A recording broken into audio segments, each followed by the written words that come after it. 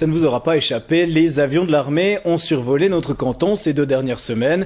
Et pour cause, Sion était la base aérienne principale du World Economic Forum de Davos. Une aubaine pour une poignée de passionnés que sont les spotters. Ils étaient entre 15 et 20 par jour à se poster au bord de la piste de l'aéroport pour essayer de prendre la meilleure photo.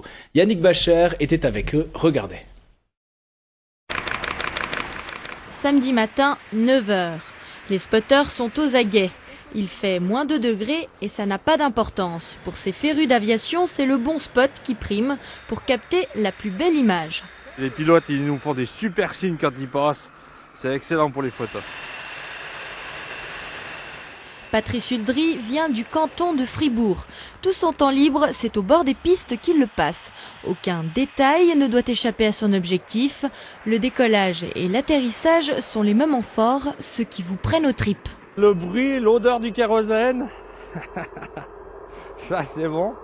C'est des vibrations, c'est des choses qu'on ressent avec tout son corps.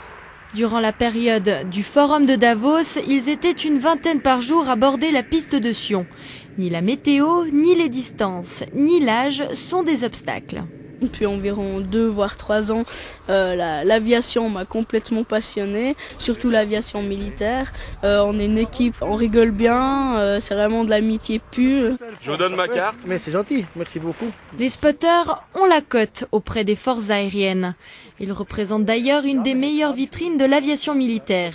Et en plus, ils font les choses dans les règles de l'art. Ils respectent assez bien les prescriptions, que ce soit les règles de sécurité aux abords des aéroports.